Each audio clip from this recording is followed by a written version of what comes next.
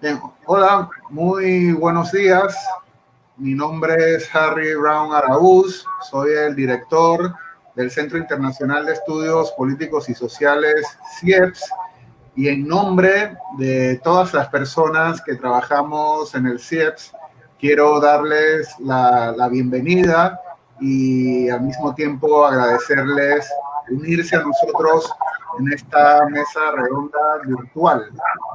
Eh, bueno, les voy a presentar, antes de presentarle a los dos colegas que me están acompañando, pues recordarán que hace un año inauguramos, digamos, este tipo de mesas redondas con el caso de Chile, y hace casi exactamente un año, ahora Chile pues está en proceso de votar, van a tener un referéndum el domingo. En aquel momento en Chile le llamamos esa actividad ¿qué está pasando en Chile? Porque había era bastante inexplicable, conociendo los antecedentes de Chile, por lo menos inexplicable inmediatamente qué era lo que estaba sucediendo allí. Hace unas 2 semanas había una situación parecida en Costa Rica y seguimos con el formato de qué está pasando en Costa Rica. Y ahora nos encontramos con una elección que parece ser muy importante. Yo soy enemigo digamos, de decir, cada vez que tenemos una elección, aparece la idea de que es la elección más importante de todas, pero sí da la impresión, y eso nos lo explicarán nuestros invitados, da la impresión que esta elección presidencial estadounidense es especial y que es la parte más visible de una serie de procesos que está habiendo en la sociedad estadounidense. Entonces, para tener esta conversación, me acompañan dos especialistas muy importantes de Estados Unidos que además conocen muy bien América Latina. Vamos a hablar de la situación en Estados Unidos y qué implicaciones tiene para América Latina. Está con nosotros Cynthia Armstrong. Cynthia es directora del programa latinoamericano del Woodrow Wilson International Center for Scholars. Cynthia tiene una muy buena cantidad de publicaciones, de ediciones de libros, de ediciones de revistas. También ha sido profesora parlamentaria, doctora en Relaciones Internacionales por la Escuela de Estudios Internacionales Avanzados de la Universidad de Johns Hopkins en Washington, D.C. Muchas gracias, Cynthia, por aceptar nuestra invitación. Y también está con nosotros Orlando Pérez, que es un politólogo muy conocido en Panamá por su trabajo con el Barómetro de las Américas, aquellos informes del Barómetro de la cultura política panameña que han sido desde ese momento hasta ahora muy útiles. Libros sobre la cultura política en Panamá, ha hecho trabajos parecidos para otros países de América Central, y Orlando es decano actualmente es decano de la Escuela de Artes y Liberales y Ciencias de la Universidad de Texas en Dallas. Orlando, su formación académica, pues es doctor en Ciencias Políticas por la Universidad de Pittsburgh. Entonces, ¿qué es lo que vamos a hacer? Yo quisiera que en el marco de la elección vayamos hablando de qué está pasando en Estados Unidos, yendo de lo particular, de lo inmediato, hacia movernos hacia las explicaciones un poco más estructurales. La conversación va a durar unos 60, 75 minutos, y quiero empezar haciendo la pregunta más inmediata. Anoche tuvimos el segundo debate, era el tercero programado, el segundo no lo hubo por el contagio de Donald Trump. Y lo que quisiera pedir es que me hagan sus valoraciones, sus reflexiones de ese segundo y último debate de la elección presidencial. Si quieres empezamos contigo, Cynthia. Bueno, antes que nada, muchísimas gracias, Harry, por esa grata invitación. Un gusto acompañarles en Panamá y en otras partes de la región. Bueno, obviamente el debate fue muy distinto de lo anterior y yo creo que los asesores de Trump se daban cuenta de la evaluación negativa que tuvo Trump en el primer debate, de ser muy agresivo, de interrumpir, no dejar a Biden ni al moderador hablar. Entonces el estilo fue mucho más, digamos, mucho más calma. Dicho esto, no creo que el debate cambió mucho la dinámica de la elección. Puede ser que su comportamiento convenció a unos independientes o los que estaban indecisos de sí que Trump era una persona razonable, pero yo creo que básicamente no cambió la dinámica de las tendencias que favorecen mucho a Biden.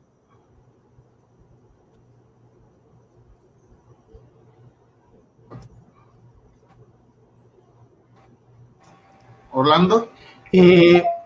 Bueno, primero, gracias Harry por la invitación y gracias al CIEPS por patrocinar este encuentro y gracias a Cindy por estar con nosotros. Es un placer estar con ella en este diálogo. No difiero mucho de lo que ha dicho Cindy. Estoy de acuerdo que primero no creo que el debate cambie mucho la dinámica de la elección. Y en ese sentido, yo creo que favorece entonces a Biden, porque Biden lleva la delantera, está arriba en las encuestas por 8 o 9 puntos más o menos, y podemos entrar en ese tema más adelante, pero él está por encima de las encuestas, y por lo tanto Trump era el que necesitaba shake up, cambiar la dinámica de la campaña, y no creo que el debate lo haya hecho. Obviamente Trump estuvo mejor en este debate que en el primer debate, donde, como dice Cindy, hubo fue un desmadre, ¿no? Vamos a decirlo así. Con interrupciones a Biden, al moderador, donde, por ejemplo, defendió en forma velada, pero lo defendió a grupos racistas o grupos de supremacía blanca, ¿no? Y otras cosas. Entonces, yo creo que en este debate obviamente estuvo más calmado. La Comisión Presidencial de Debates, que es la que patrocina los debates, cambió un poco la dinámica, cerrando los micrófonos de cada debatiente, de cada candidato, en los primeros segmentos de las preguntas, donde cada candidato tenía 2 minutos. El que estaba respondiendo la pregunta o el que no estaba respondiendo la pregunta en ese momento, se le cerraba el micrófono, ¿no? Y eso yo creo que ayudó un poco. Pero obviamente que los asesores de Trump les advirtieron a él de que tenía que bajar un poco el volumen y dejar a Biden, ¿no? Que hablara y que dejara a Biden entrar en problemas por su propia dinámica y no interrumpirle, que fue una de las dinámicas del último debate, ¿no? Que la crítica que le hicieron a Trump es que Biden no era muy coherente en sus respuestas, pero que las interrupciones de Trump le facilitaron obviamente a Biden ganar el debate, no por esa dinámica no muy civilizada. Entonces, yo creo que Trump hizo mejor en este debate, pero no cambió la dinámica de la campaña. Ya, sé que el debate acabó un poco tarde, todos lo estuvimos viendo, y que esta conversación se está haciendo un poco temprano en la mañana. ¿Ustedes pudieron ver encuestas telefónicas que dijeran qué pensó la población sobre el debate, quién fue el ganador. Yo he visto noticias en las que ya con la, digamos, con la maldad acostumbrada hacia los políticos se dice que la ganadora fue la moderadora, pero más allá de esta anécdota, pues, ¿qué dijo la población? ¿Quién ganó el debate? Yo creo que, bueno, sí han habido encuestas, las encuestas, casi todas las encuestas científicas, telefónicas, han dicho que el debate más estrecho que la última vez, pero por 10, entre 10, 12, 11, 13% más o menos en casi todas las encuestas.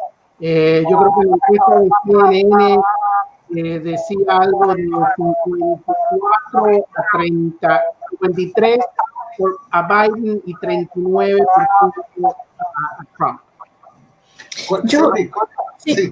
Yo quisiera añadir a esto. Yo creo que las encuestas validaron pues, los sesgos anteriores. O sea, no fue una pregunta solamente sobre cómo actuaron ambos candidatos, sino pues fue una muestra de apoyo o a Biden o a Trump. Yo sí creo que como debatiente Trump era mejor. O sea, no solamente porque no fue tan horrible que en la primera vez, pero que dijo una serie de cosas que Biden dejó pasar. Y realmente merecían una respuesta y Biden pues o no quería entrar o ir en esa dirección o simplemente perdió la oportunidad. Pero pensando en el debate como un debate sin tener preferencias ni a uno ni al otro, yo creo que por su presencia, por el estilo, la cantidad de cosas que afirmó que Biden no contestó, yo creo que Trump era el mejor debatiente, digamos.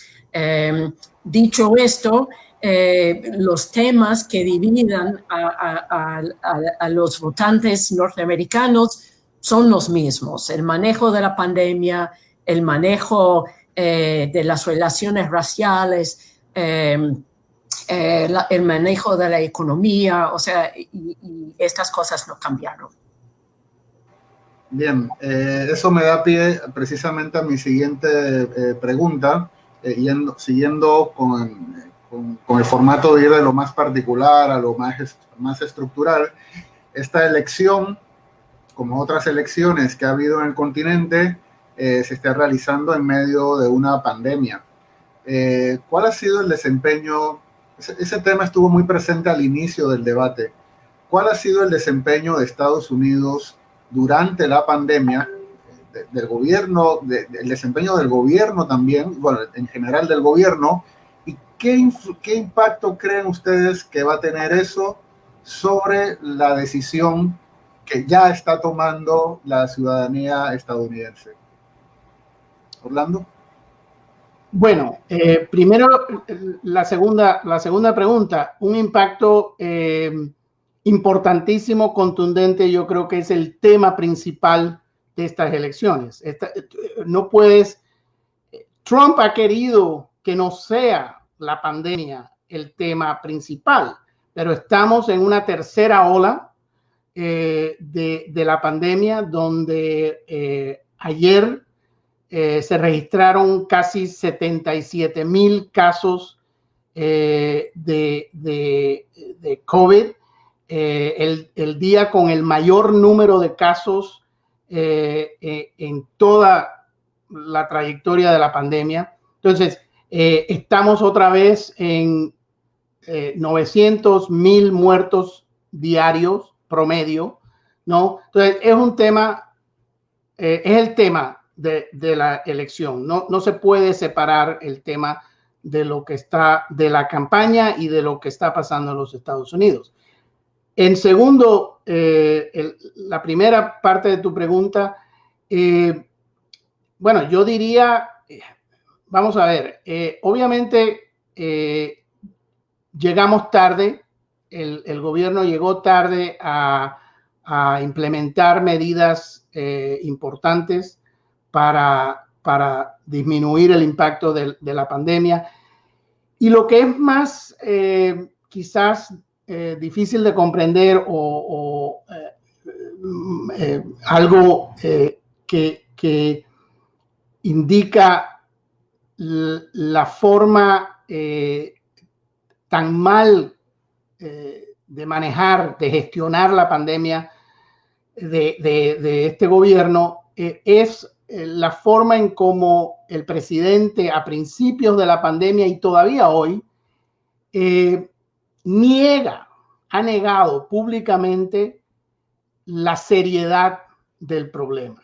Aquí tenemos un gobierno y un presidente que durante casi toda la pandemia se la ha pasado diciendo que va a desaparecer, que los casos eran pocos, que todo va bien. Incluso hay un libro de un famoso periodista del Washington Post, Bob Woodward, que se llama Rage, donde entrevistó al presidente y el presidente admitió a este periodista en febrero y marzo que la pandemia era algo serio y que él deliberadamente disminuía el impacto públicamente en su discurso público, disminuía el impacto de la pandemia al público para no crear el pánico, ¿no? Y esto pues ha sido algo nefasto. Entonces yo creo que si se compara, por ejemplo, con otros países del mundo, como Alemania, por ejemplo, pues los hemos hecho fatalmente. Cindy, ¿tu opinión? Bueno, quisiera añadir dos cosas principalmente. Primero, que había pues una lucha en contra de la ciencia, en contra de los asesores médicos como Anthony Fauci. O sea, una medida como poner una mascarilla fue visto como un ataque a la masculinidad o al poder o la capacidad de resistir al virus. Entonces, es una de las medidas más eficaces, pues eso además del distanciamiento social, y Trump ha querido mantener el ritmo de los grandes rallies electorales, algo que nunca dijo Biden y para mí fue un error, es que un ex candidato republicano para la presidencia en el 2006, Kaine, murió por el coronavirus después de haber estado al lado del presidente Trump en una de estas convocaciones enormes. Entonces, es increíble la descalificación de los médicos, del consejo científico, del esfuerzo de influir en las políticas del CDC, el CDC, que es el Centro de Control de, ¿cómo se dice?, de enfermedades, y eso ha sido bastante notable. Lo que es válido como parte del argumento que hace Trump y que hace sus seguidores es que no se puede sacrificar a la economía norteamericana mientras uno está intentando combatir a la pandemia. Y yo creo que pues ese equilibrio entre cuánta cuarentena y cuánto sufrimiento en términos de bancarrotas, en términos de desempleos, la pérdida de puestos de trabajo, etcétera.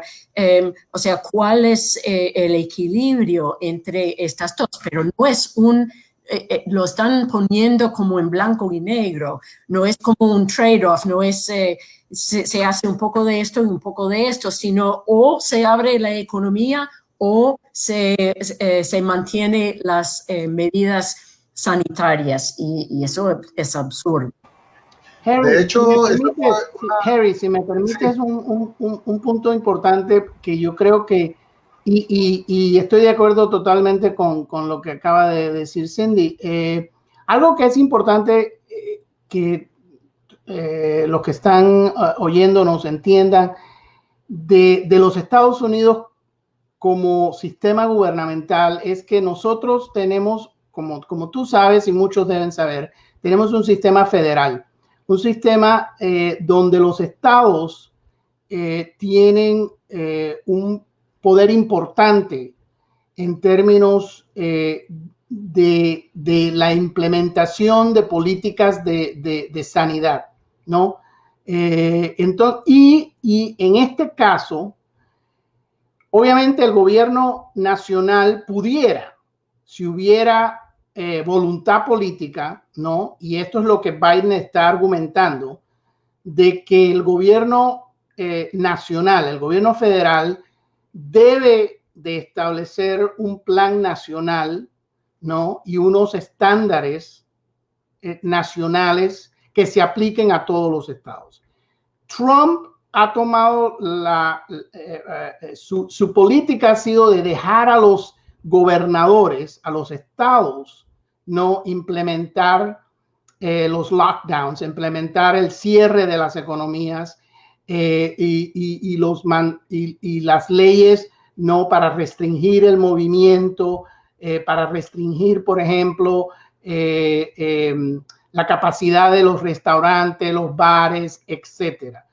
Entonces, tenemos 50 estados con 50 diferentes aplicaciones de reglamentos, ¿no? Y lo que hemos tenido es que al principio de la pandemia, por ejemplo, New York y California eran los lugares calientes y esto se ha ido matizando entre el país entero y en diferentes momentos de la pandemia hemos tenido regiones calientes en diferentes áreas de los Estados Unidos, ¿no? Al principio, como te dije, era New York, el este y la costa del Pacífico. Después vino el sur, Florida, Texas. Y ahora estamos en una situación donde la zona más caliente es el medio oeste, ¿no? Por cierto, el presidente siempre acusa a los estados liderizados por demócratas, por gobernadores demócratas, como los culpables de la pésima gestión de la pandemia. Pero si vemos hoy en día el mayor número de casos y los picos de casos están ocurriendo en estados liderizados por gobernadores republicanos. Fue muy interesante porque durante el debate, la discusión, como dijo Cindy, la discusión sobre la pandemia se convirtió en una discusión sobre abrir o cerrar la economía. O sea, Trump creo que logró llevarla allí. Pero por eso les quería preguntar, y así para que me lo contesten muy puntualmente. Hay encuestas, supongo que hay encuestas en Estados Unidos que dicen qué prefiere la población, mantener la economía totalmente abierta o quieren, digamos, que se sea más rígidos con los cierres y están dispuestos a hacer ese sacrificio. ¿Cuál de los dos candidatos está mejor alineado en ese sentido con la ciudadanía estadounidense? Bueno, Harry, no he visto encuestas sobre estas dos preguntas. Normalmente las encuestas tienen preguntas sobre el manejo de la pandemia por parte del presidente y estas evaluaciones son totalmente negativas. justamente por lo que acaba de decir Orlando, por la falta de una política nacional. Bueno, yo creo que Biden tiene la ventaja. En las encuestas muestran una jerarquía de preocupaciones donde la pandemia aparece como número uno, la economía obviamente, porque la gente está sufriendo mucho. Tenemos niveles récord de desempleo, más aún creo que en los años 30, 99 de la caída de la bolsa, y la gente está sufriendo la primera inyección de asistencia para los desempleados, para los comercios pequeños y medianos. Se ha acabado y el Congreso no tiene capacidad de ponerse de acuerdo ni entre el Senado y la Cámara, controlados por distintos partidos, y el Congreso con la Casa Blanca sobre el nivel de un nuevo paquete. Muchos están preocupados por el nivel de endeudamiento, que es un tema de los conservadores fiscales, principalmente los republicanos. Es un hecho, pero otros dicen que sin ese tipo de estímulo por parte del gobierno, la economía nunca va a recuperar y que el daño en tiempos actuales va a ser mucho mayor. Entonces hay un empate sobre cómo avanzar para reactivar, no necesariamente reactivar, sino para salvar a muchos sectores y disminuir el sufrimiento que la clase media, la clase obrera están experimentando en estos momentos.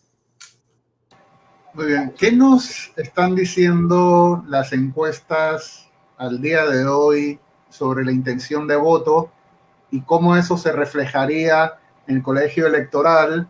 Creo que todos recordamos bien que en el 2016 sucedió algo que para nuestras democracias latinoamericanas es impensable, que alguien gane el voto popular y luego pierda la elección presidencial.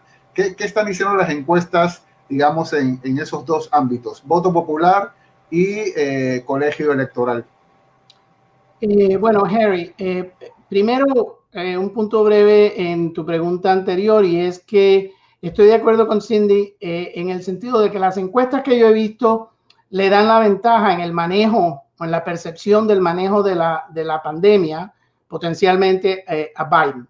Yo creo que lo que sí hay que decir es que la opinión pública está polarizada por ideología y por partidos, ¿no?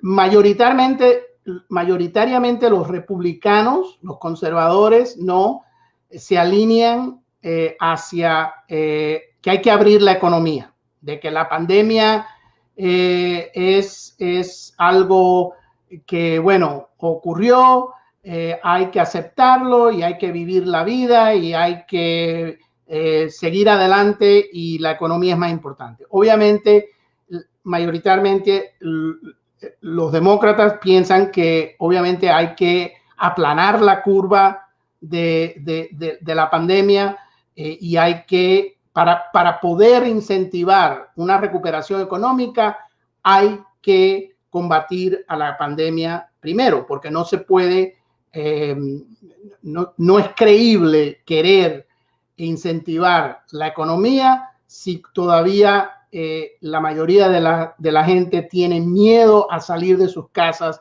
miedo a activarse en la economía por la pandemia.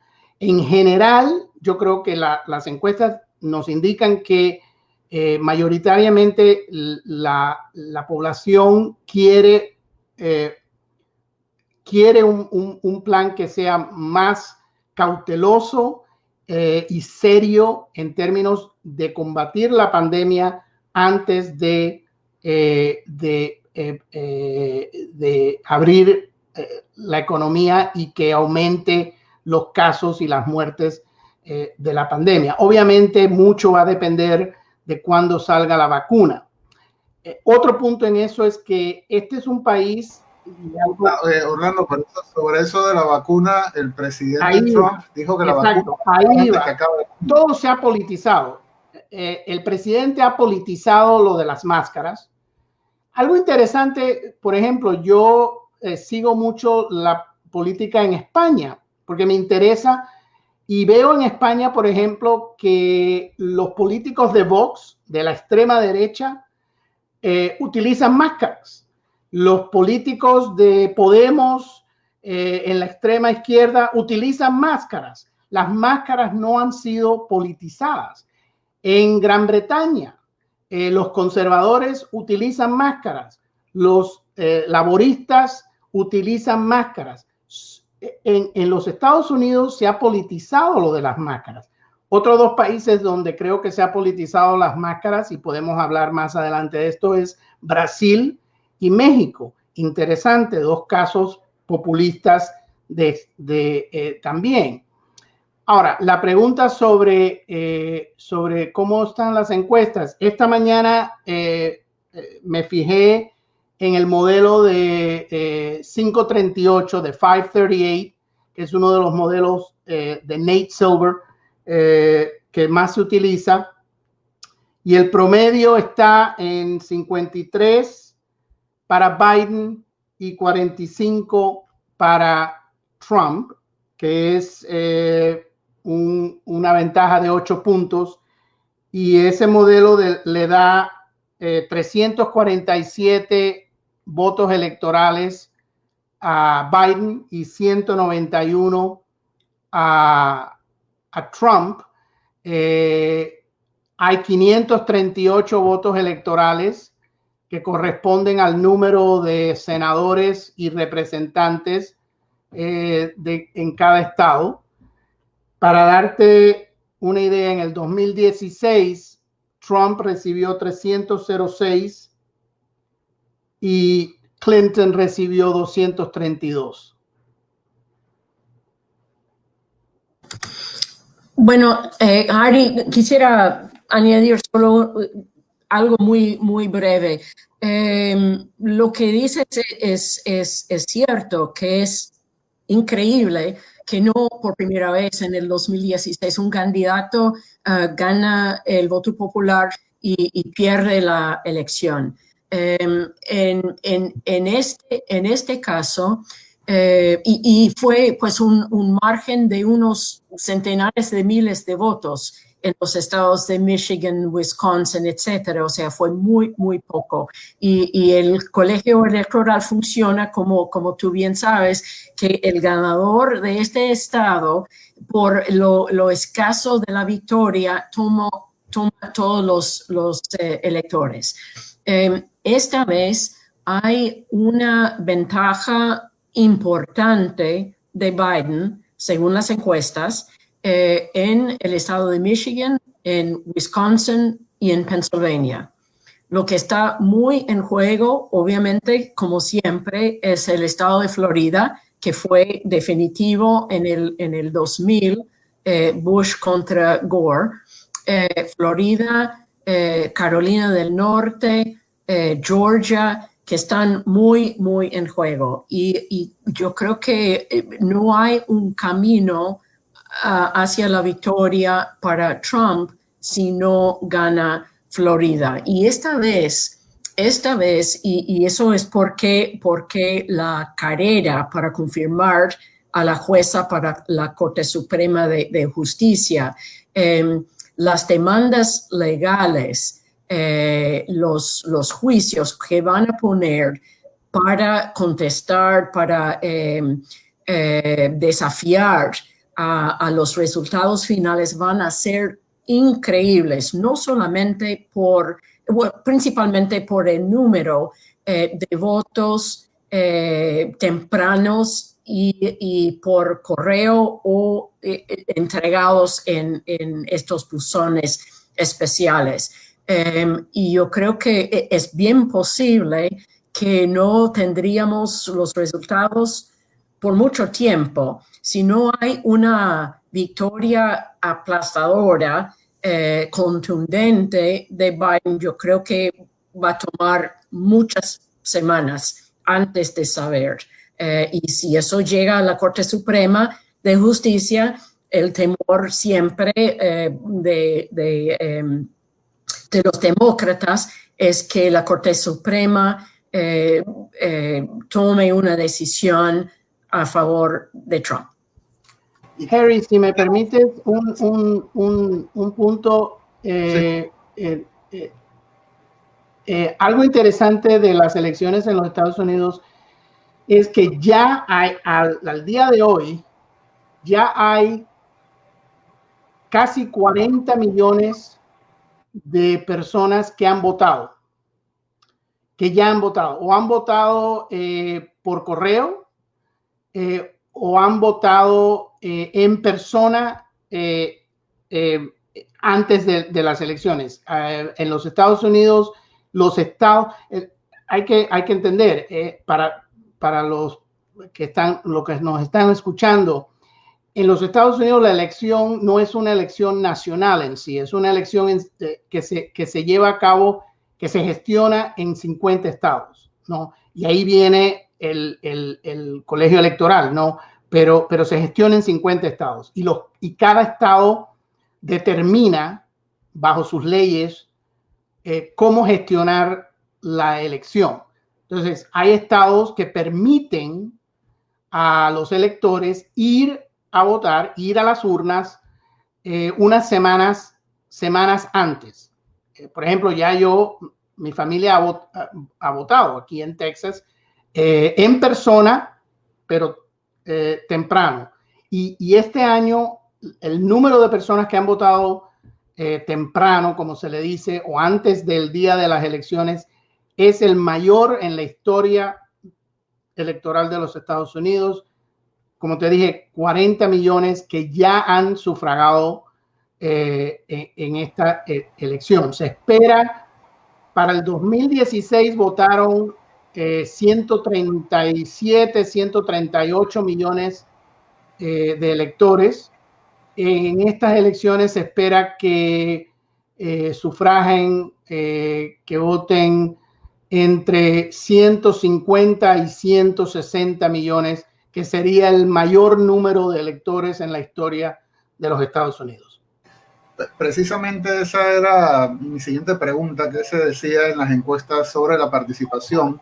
Yo he visto reportes con que cuentas de que las colas actualmente en los centros de votación adelantados parecen ser bastante más largas de lo normal, comparándolo con elecciones anteriores, y supongo que es una señal de lo que has dicho, de polarización. Aparte de que, no sé, tú sabes, tú sabes, yo veo la NBA y la Liga, la NBA, distintos actores han estado invitando a gente a salir a votar. Entonces sí se espera una participación histórica en estas elecciones, por lo que entiendo. Sí, el entusiasmo, el nivel de entusiasmo ante las elecciones es el mayor que se ha registrado desde que han estado tomando encuestas en Estados Unidos. Y ambos bandos, el electorado está polarizado, ambos bandos están entusiasmados, algo que le da esperanza, le da un poco de esperanza a los que apoyan a Trump y a Trump, la campaña de Trump, es que las encuestas por lo regular dan mayor entusiasmo a votar a favor de Trump que a favor de Biden. Los que votan por Biden votan mayormente en contra de Trump. Y es una motivación importante. Pero Orlando, los demócratas están entusiasmados a votar en contra de Trump y los republicanos están entusiasmados a votar a favor de Trump. Pero cambia un poco la pregunta, porque estoy recordando el caso español que lo mencionaste antes. Cuando hay mayor participación, suele ganar la izquierda. En este caso, en España, los socialistas, en este caso, habiendo mayor participación, ¿eso a quién beneficia? ¿Quiénes son los nuevos votantes que van a salir a votar? ¿Son demócratas o son republicanos? Ari, si yo puedo intervenir, yo creo que depende de cómo participan, porque la mayoría de los votos por correo, en ausencia se dice, han sido por demócratas. Por ejemplo, la gente de tercera edad tiene mucho miedo de pasar horas en una cola por temor a la pandemia. Entonces, estos votos, y bueno, otro dato es que normalmente la gente vieja favorece al Partido Republicano.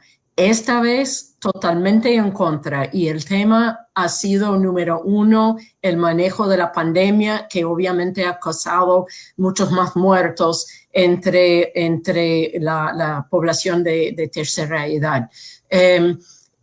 Pero estos votos por correo son justamente los que van a ser cuestionados y debatidos. Por ejemplo, si uno pone su firma en el sobre, pero en vez de poner la fecha del día del voto, pone la fecha de su fecha de nacimiento, por ejemplo. Entonces, ese voto es inválido o no. Entonces, ahí va a ser una lucha increíble, y la participación masiva temprana en persona es distinta a la participación por correo, y eso varía mucho de estado en estado, porque como señala Orlando, las autoridades electorales son estatales y no nacionales. Sí, y por ejemplo,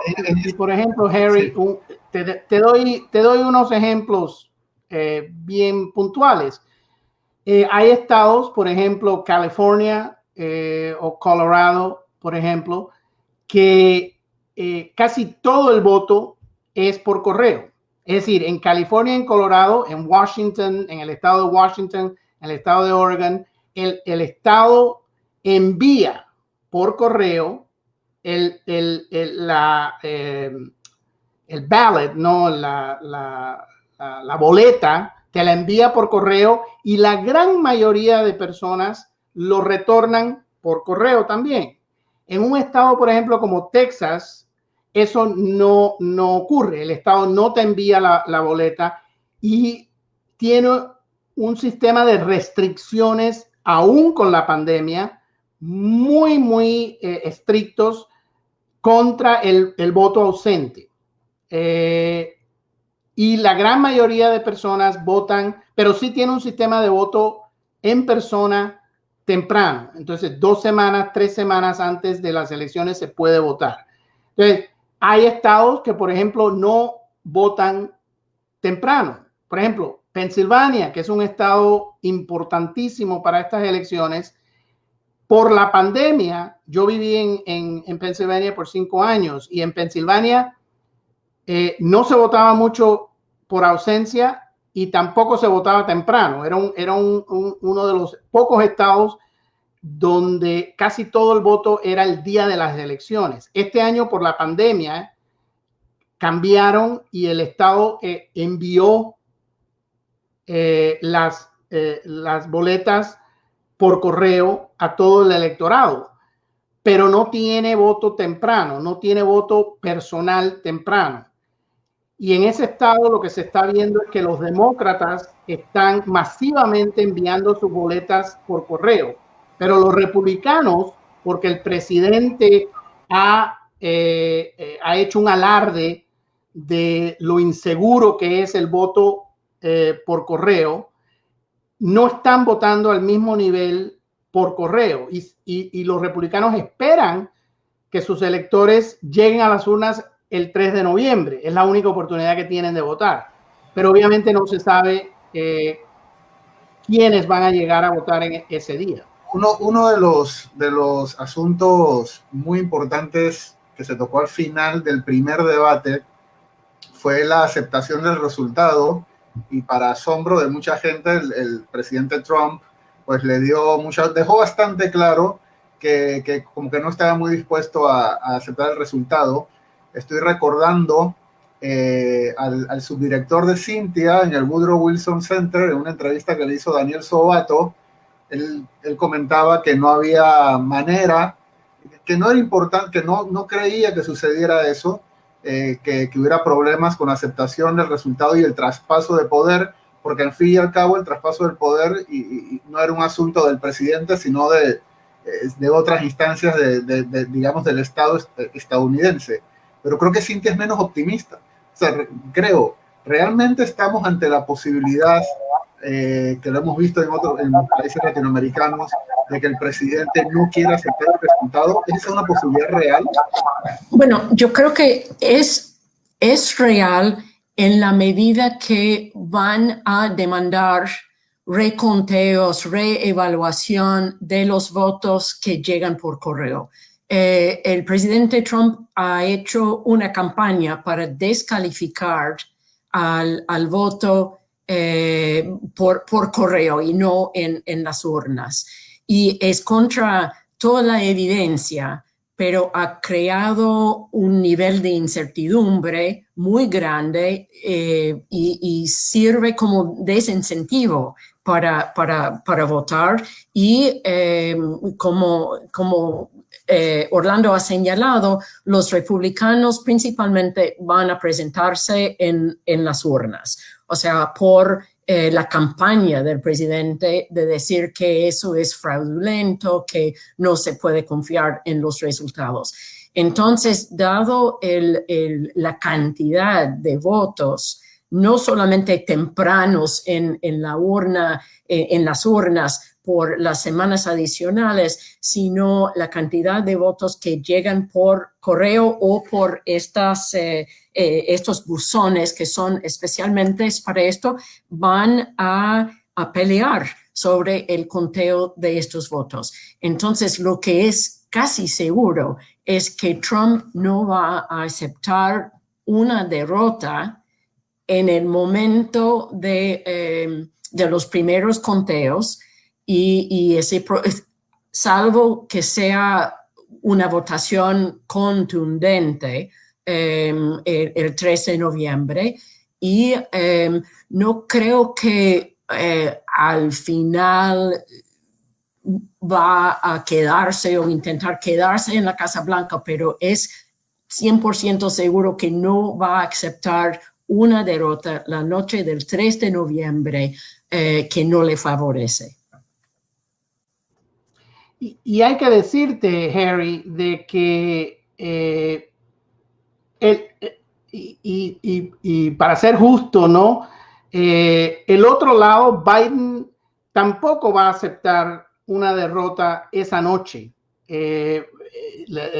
Famosamente, la ex candidata Hillary Clinton en un video, una conversación virtual, le recomendó a Biden que por ninguna circunstancia concediera la derrota en ese momento, de que a medida que se vayan contando los votos, ella decía que estaba segura de que Biden iba a ganar. Entonces, esa noche es muy probable que, a no ser que Biden gane, como dice Cindy, contundentemente, que puede ocurrir porque el error de las muestras pueden estar a favor de Trump, pero también pueden estar a favor de Biden. Entonces, él puede ganar por aún mucho más. Yo creo que el tema de no aceptar una alternancia, una transferencia de poder pacífico o pacífica, no es tanto si es una realidad verdadera, si es algo que va a ocurrir o no. Yo creo que ya de hecho decir que un presidente se exprese dudas de si va a aceptar o no los resultados de una elección y va a transferir el poder en forma pacífica en los Estados Unidos es algo increíble, es algo que nunca se ha visto. Entonces ya ahí comienza a cuestionar uno de los valores fundamentales del sistema político norteamericano, que es la alternancia de poder en forma pacífica, ¿no? Y obviamente da un mensaje muy nefasto para el resto del mundo. Imagínate lo que pensaría Xi Jinping, Putin o cualquier otro, o Bolsonaro o otro personaje que en ese sentido vea reflexionado su política en lo que dice Trump. Entonces, yo creo que le hace daño a la imagen de los Estados Unidos internacionalmente y le hace daño al sistema democrático, aun cuando las posibilidades de que ocurra así sean muy pocas. Porque los símbolos son importantes, Harry, como tú lo sabes. Vamos a llegar hacia lo internacional, pero antes de eso quería plantearles algo, a ver si logro formular bien esta pregunta. Ya Orlando 2 o 3 veces ha puesto, digamos, en el mismo paquete. Si pueden apagar los micrófonos, que parece que está yendo algo de eco. Orlando ha puesto en el mismo grupo a Trump con Bolsonaro, con Andrés Manuel López Obrador. O sea que creo que podemos estar de acuerdo en que Trump es un populista. A mí me da la impresión, me dirán ustedes si me equivoco, que en la elección del 2016, Trump tenía un discurso como más cohesionado, en el que los mexicanos eran los culpables de todo, la inmigración era la culpable de todos los males estadounidenses. De ahí la propuesta del muro. No se ha hablado del muro, que yo sepa, en esta elección, y parece que esta vez el enemigo es como un poco más abstracto, me da la impresión, vendría a ser como el socialismo. Es una cosa quizás, creo, un poco menos precisa y concreta que la inmigración. En ese contexto, ¿qué papel tiene en la elección Black Lives Matter? ¿Qué es lo que va a ganar la elección? Ya dijimos que la política es importante, pero ¿cuál sería el peso de la economía, de la religión, de la raza, del anticomunismo, del antisocialismo, de la discusión sobre el bienestar y el miedo? ¿Cómo se están moviendo todos esos discursos en medio de la elección que tenemos en 11 días? Bueno, Harry, esta pregunta tiene varios aspectos, entonces intentaré pues contestar de la mejor forma posible.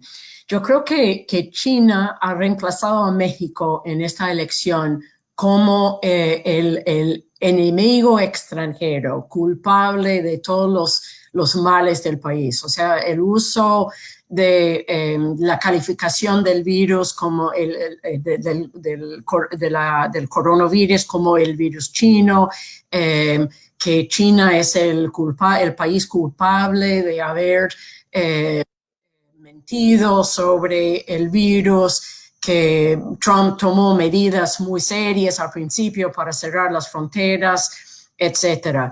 Pero hizo una referencia, no nombrando a México, pero hizo una referencia a los migrantes en una pregunta durante el debate de anoche sobre los criminales, los violadores que llegaron desde el extranjero. Entonces ese tema, construir la muralla, sigue siendo un tema importante para la base de Trump, porque es una preocupación muy grande por los cambios de etnicidad, racial, el cambio en la composición de la población norteamericana que está a lo cual está apelando. Recuérdame la otra parte. Estás apagado. Black Lives Matter. papel que ha claro. tenido Sí, durante la elección, estas movilizaciones. Claro. Bueno, los temas raciales son súper importantes. Trump está reclamando de haber hecho más para la gente, la población afroamericana que cualquier otro presidente. Eso es realmente risible. Que no tiene pues un hueso racista en su cuerpo, o sea, después de haber declarado múltiples veces cosas a favor de los grupos racistas y violentos. Entonces no es creíble. Lo que apela a su base y la preocupación por la mano dura, la ley y el orden, es la violencia y la destrucción que se ha visto al lado de las protestas por la muerte, por ejemplo, de George Floyd.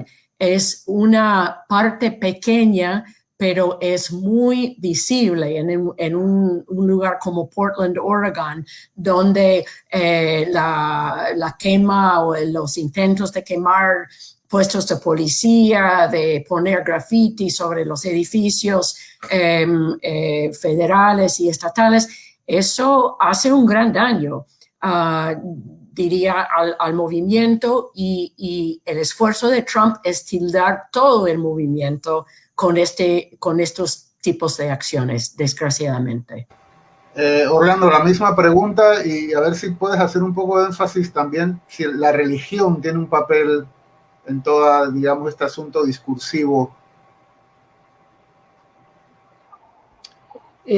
Sí, como todo populista, Trump necesita un enemigo, un contrincante, alguien al cual atacar, ¿no? Y no necesariamente el otro candidato, ¿no? Aunque en el 2016 era algo más fácil porque los dos candidatos, él y Clinton, polarizaban. Biden es menos polarizador, ¿no? Y es una de las razones por la cual los demócratas lo escogieron como candidato, ¿no? Yo te diría que el enemigo de Trump, el enemigo ahorita es COVID. Él está, es una campaña negando la importancia del COVID. Él quiere cerrarse los ojos y pensar que el COVID no existe, pero el COVID es el enemigo, ¿no? Que está ahí, ¿no? Y es el que ha debilitado al gobierno, ¿no? Por su mala gestión. Yo creo que obviamente el problema del racismo sistemático es algo que ha surgido, es algo que ha estado ahí desde la campaña del 2016, pero que obviamente explotó con la muerte de George Floyd, que también contribuyó la situación de pandemia, ¿no? La deslocación, los problemas económicos que surgieron a partir de la pandemia, pues también contribuyeron a la explosión social de protestas que ocurrieron en el verano. En términos de religión, es interesante. Cindy habló hace un poco sobre la nominación a la Corte Suprema de la juez Amy Coney Barrett, que es católica ortodoxa, anti-aborto, no, etcétera, muy conservadora. En el contexto, hay que decir que Trump nunca ha sido muy religioso. Él utiliza, la religión es un instrumento para él. Él nunca ha sido un conservador ortodoxo religioso, ¿no? Él utiliza la religión como instrumento político para aglutinar el apoyo de un sector, no del Partido Republicano. Pero él nunca ha sido muy religioso. él lo utiliza. En el caso de la juez Amy Coney Barrett, sí ha surgido un debate sobre si ella es, sobre si su religión la inhabilita para rendir juicios razonables y ser un juez que aplique la ley en forma justa y no sesgada. Y ahí sí ha habido un debate que se ha abierto, ¿no?, sobre si le están atacando, si los ataques a ella es por ser católica y si eso es válido o no. Hay que decir, el candidato Joe Biden es católico, sería el segundo presidente católico elegido en los Estados Unidos después de John F. Kennedy, y es católico practicante. Entonces, el discurso de que los demócratas atacan a Amy Coney Barrett por su catolicismo no ha calado mucho porque Biden es católico practicante. Ok, una última pregunta, ya estamos sobre la hora, que creo que seguramente interesa mucho de este lado, es en ambos casos, en el caso de que gane Trump o en el caso de que gane Biden, ¿qué podemos esperar de ellos en su política internacional? Y si pueden hablar un poco específicamente de Panamá. Alguien me comentaba cuando anunciamos esta actividad que al mundo le conviene que gane Biden, pero que a Panamá le conviene que gane Trump, porque Trump había dejado a los panameños y a Latinoamérica en general en paz, y que en la política de los demócratas pues va a ir más detrás. Bueno, que con los demócratas hubo la lista Clinton y cosas por el estilo en Panamá. ¿Cuál sería la política internacional de Biden? ¿Cuál sería la política internacional de Trump, Cynthia? Harry, yo voy a contestar haciendo referencia solamente al hemisferio. Yo creo que hay una diferencia enorme entre los dos candidatos. La política de Trump hasta ahora hacia América Latina ha sido enfocado en forzar unos cambios en el Tratado de Libre Comercio con México y con Canadá, anteriormente conocido como el NAFTA, parar la migración de centroamericanos especialmente, fortalecer la frontera, separar a los niños de sus padres, etcétera, para desincentivar a la migración. Torcer pues los brazos de los países centroamericanos para que adopten medidas mucho más restrictivos para prevenir la migración. Amistad con Bolsonaro, que es una relación con Brasil que no tiene mucho contenido. Yo creo que lo que va a cambiar bajo Biden es un énfasis renovado sobre temas de anticorrupción, valores democráticos, derechos humanos, por ejemplo. Bueno, si Panamá va a ser molesto por esto, bueno, entonces tal vez es una cosa buena. Poner énfasis en el cambio climático, en ayudar a los países a hacer una transición a la economía y energía verde y renovables.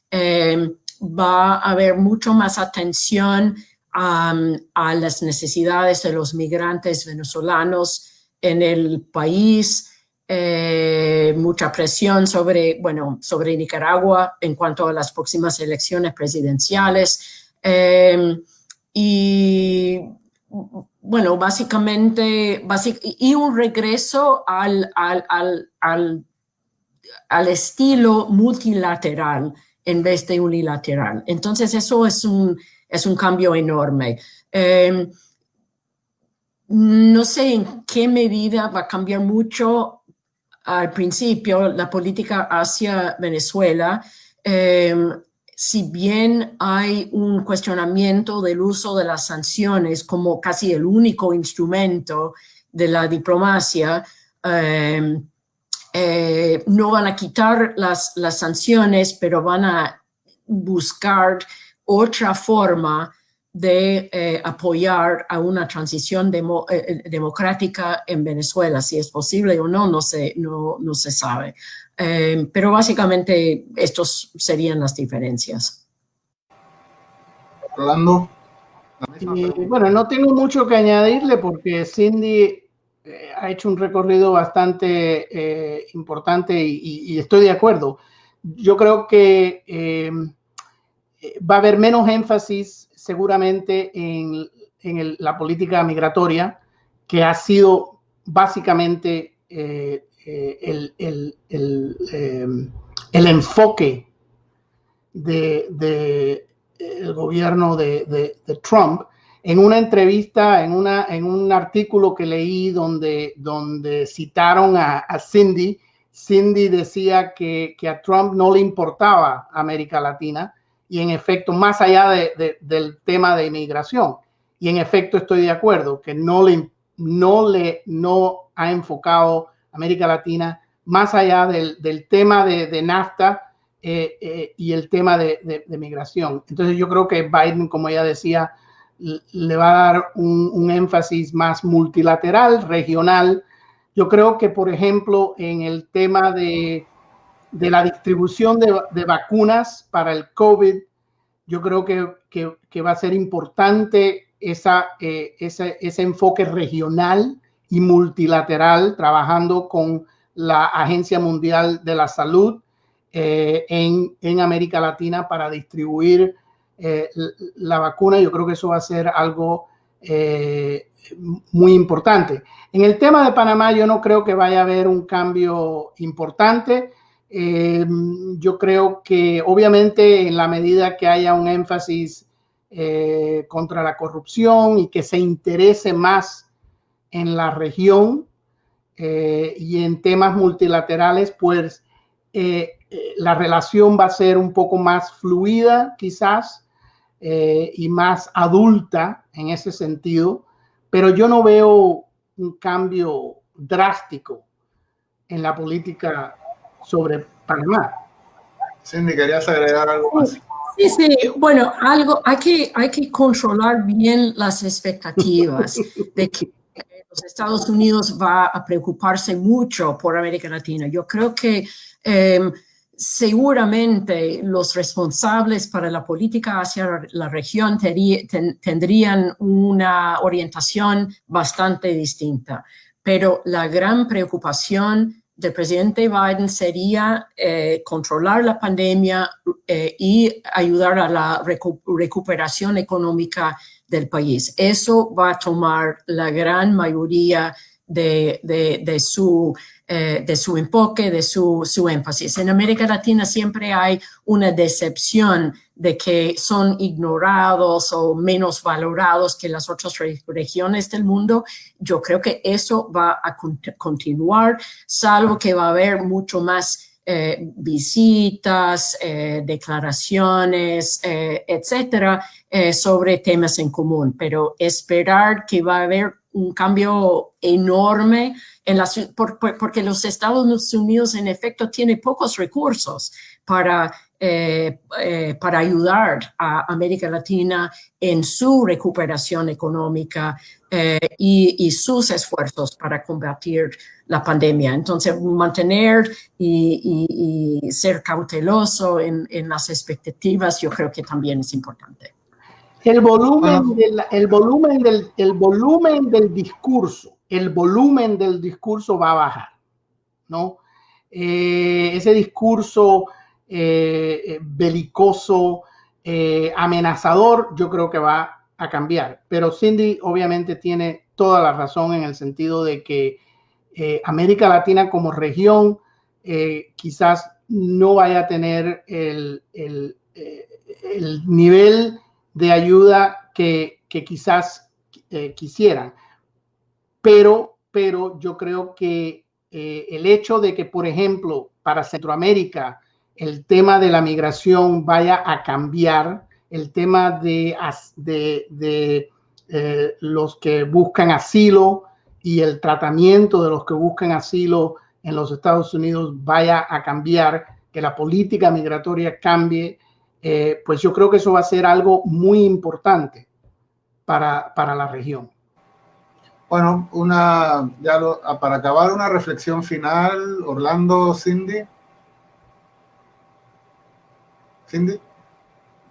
Sí, estamos en tiempos realmente diferentes en Estados Unidos, o sea, en términos políticos. Nunca hemos tenido ese nivel de retórica polarizante, nunca hemos tenido una amenaza real de violencia política por las milicias, o sea, en los últimos tiempos, hace 2 semanas, una amenaza de secuestro, un plan y gente detenida por un plan de secuestrar al gobernador demócrata del estado de Michigan, un esfuerzo para descalificar los resultados electorales como fraudulentos. O sea, estas cosas, como ha comentado Orlando, son totalmente novedosos y peligrosos para la democracia en Estados Unidos. Una reflexión para cerrar, Orlando. Bueno, muchas gracias por la invitación y gracias a Cindy y a ti por el diálogo tan ameno. No, mira, 11 días, faltan 11 días para ver lo que va a pasar en estas elecciones. Es un momento crítico, yo creo, para los Estados Unidos y para el mundo, ¿no? Porque cuando, como dice el dicho, ¿no? Cuando los Estados Unidos estornudan, el mundo coge catarro, ¿no? Entonces, pues creo que son quizás las elecciones, esto se ha dicho mucho y se dice casi siempre, pero yo creo que en estas elecciones es la verdad que son las elecciones más importantes en largo tiempo para el país. Se está jugando, yo creo, mucho, no tan solo para nosotros que vivimos en los Estados Unidos, sino para el mundo entero.